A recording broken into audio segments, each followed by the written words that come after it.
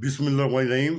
یہ مجالس ابرار الحق ہے، اور یہ کیونکہ ایک طرح سے یہ ملفوظات حضرت حکیم الامت حضرت مجدد ملت حضرت اشرف علی تھانوی رحمۃ اللہ کے ہی ہیں۔ انہوں نے اپنی کتاب میں جمع کر کے بتایا، اس نے حضرت مولانا ابراؤ صاحب رحمۃ اللہ نے ارشاد فرمایا، ہمارے حضرات نے اب چشتیت اور نقش بندیت کو جمع کر دیا ہے، یعنی چشتیت اور نقش بندیت ایک جگہ جمع ہو گئی ہے۔ کیسے؟ کیونکہ عمریں کم ہیں، اب ہماری انسان کی عمریں کم ہیں۔ تہلیہ بذکر کر کے، یعنی تہلیہ یعنی تہلیہ بذکر کر کے ساتھ تخلیہ من الاخلاق رذیلہ بھی کرتے رہتے ہیں۔ ہماری چشتیت میں تہلیہ بذکر یعنی ذکر کے ساتھ اخلاق رذیلہ بھی نکالتے ہیں تاکہ اصلاح جلدی ہو جائے۔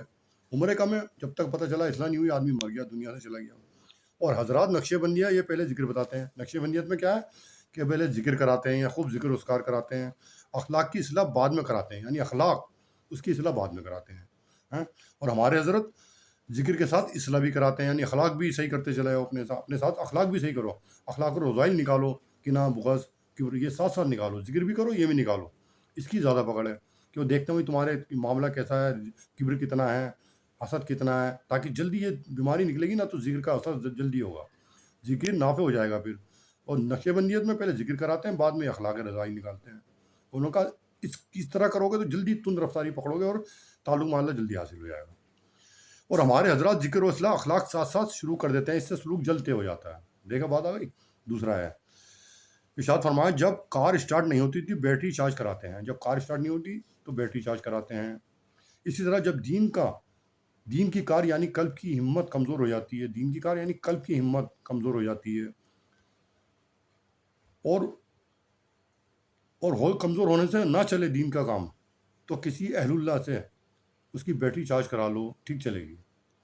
تیسرا ہے جب کار چلتی ہے تو ڈرائیور کا پاؤں اس کے بریک پر ہوتا ہے، اس کا کان ہینڈل اس کے ہاتھوں میں ہوتا ہے، پھر ٹھیک ٹھاک چلتی ہے اور ٹکر نہیں مارتی۔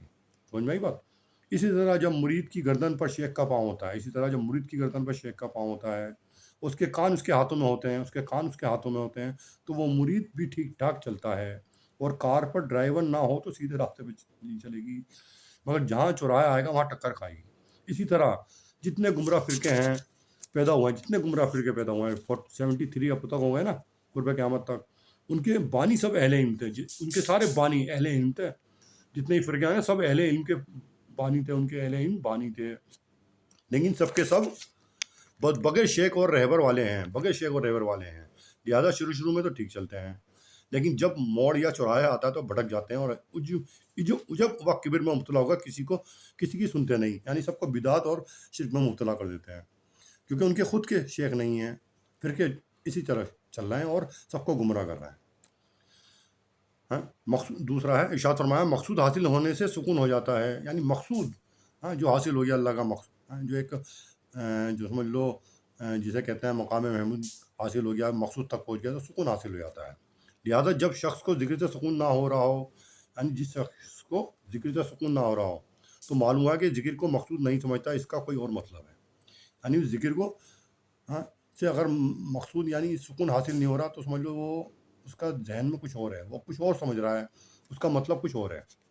پھر آگے جنت دار القرار ہے، وہیں پہنچ کر قرار اور سکون دائمی ہوگا، یہاں تو پوری زندگی متحرک اور سرگرداں ہوتی ہے، یعنی جنت کیا ہے؟ دار القرار، وہاں قرار ملے گا، جنت میں جانے کے بعد سکون ہو جائے گا ہمیشہ کے لیے۔ دنیا ایک متحرک اور سرگرداں ہوتی ہے، یعنی تمام مجموعہ زندگی ایک تکالیف ہے دنیا کی، انسان کی۔ سمجھ بھائی؟ آخری ہے، واز کہتے وقت اپنی اصلاح کی نیت بھی کر لے، اس سے بہت نفع ہوتا ہے۔ جب کوئی واز کہہ رہا ہے نا مولوی صاحب، وہ اپنی نیت بھی کر لے اصلاح کی، تو انشاءاللہ خود کو بھی اثر ہوگا نفع کا اور دوسرے کو بھی۔ یہ تمام ملفوظات ہیں جو مجالس ابرار کے ہیں، تمام یہ حضرت تھانوی رحمۃ اللہ کی ملفوظات ہیں، کتابوں میں سے لیے، مواعظ میں سے پڑھے۔ اللہ تعالیٰ اس پر کمر بستہ ہو کے عمل پیرانے کی توفیق آسانی سے نوازے تمام سامعین حضرات کو، اور ان کے طفیل و صدقے میں اللہ تعالیٰ مجھے بھی عمل صالح کی توفیق آسانی سے نوازے، تمام غیروں کا اللہ تعالیٰ ہدایت کاملہ فرمائے۔ سمجھ بھائی؟ اب اس کے بعد ایک میں عرض کر رہا ہوں کہ کسی چیز کا بنانا اتنا مشکل نہیں ہوتا جتنا اس کی حفاظت کرنا ہوتا ہے۔ بنانے سے کوئی چیز بن گئی، وہ تو محنت ہوئی اس میں بنی ہے، لیکن اس سے زیادہ محنت اس کی حفاظت میں ہوگی،